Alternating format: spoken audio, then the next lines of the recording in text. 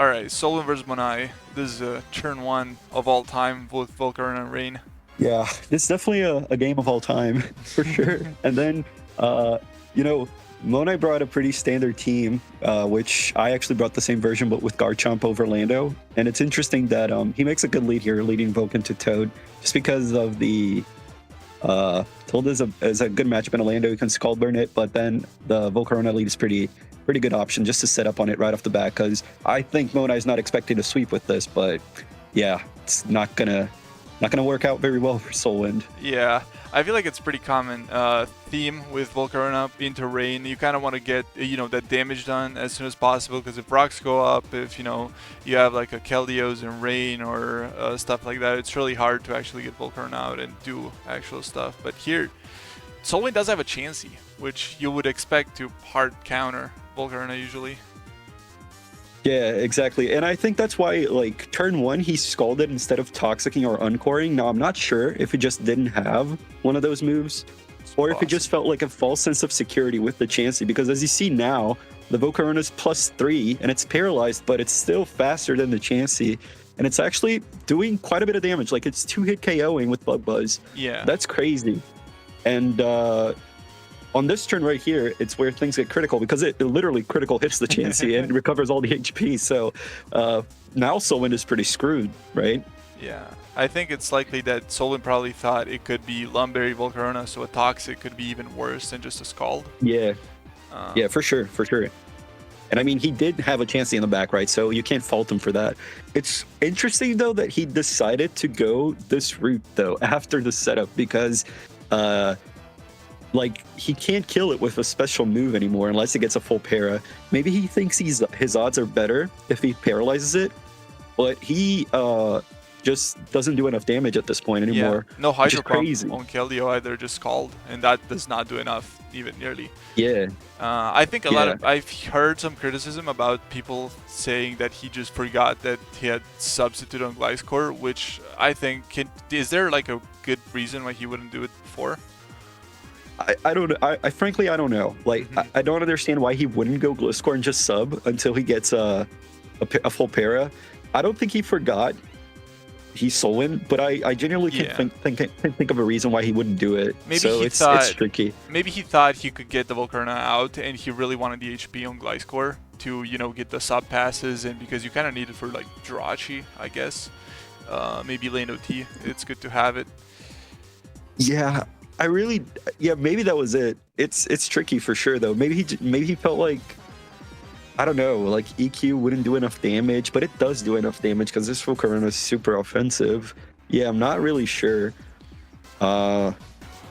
It's an interesting game for sure. Just how the Volcarona got so much of a lead that the game's pretty much over, right? Yeah. I feel like he had a chance if he went Gliscor first, because then you can still win with the Keldeo in the back. The Keldeo is likely Scarf, but yeah, the plays just did not work out. And then, yeah, and like, even this matchup is not even supposed to be good for Monai, in my opinion. It's supposed to be pretty hard, especially with Giga Drain Volk.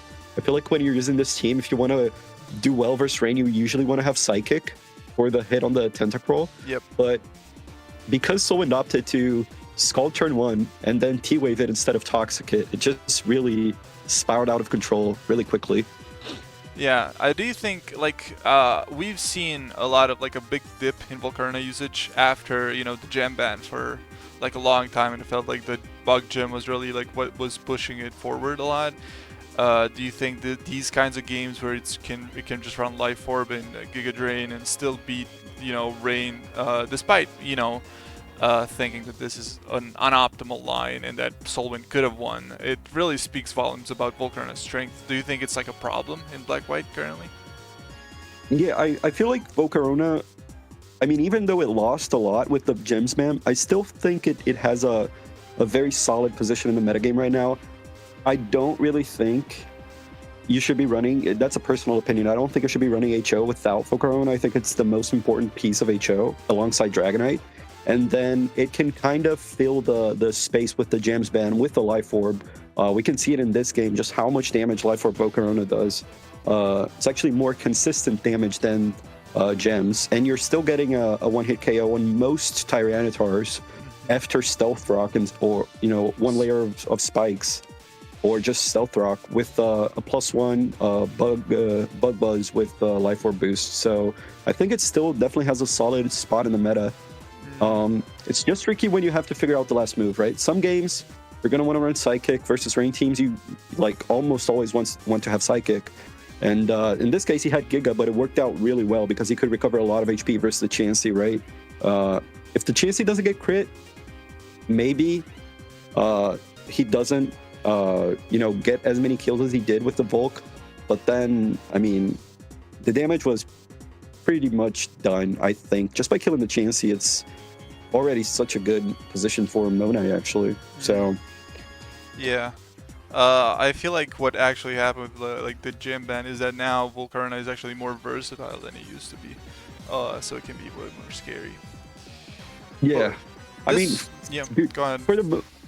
Oh yeah, sorry, but exactly what you said. Like for the most part of BW, actually, people forget, but Volcarona didn't run gems.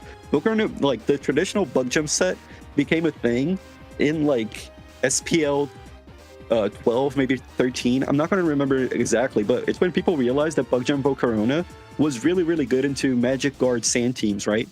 But the traditional Volcarona set that people used to run back when BW was the current gen, it ran Lumberry, it ran Leftovers, Life Orb, Pasho Berry.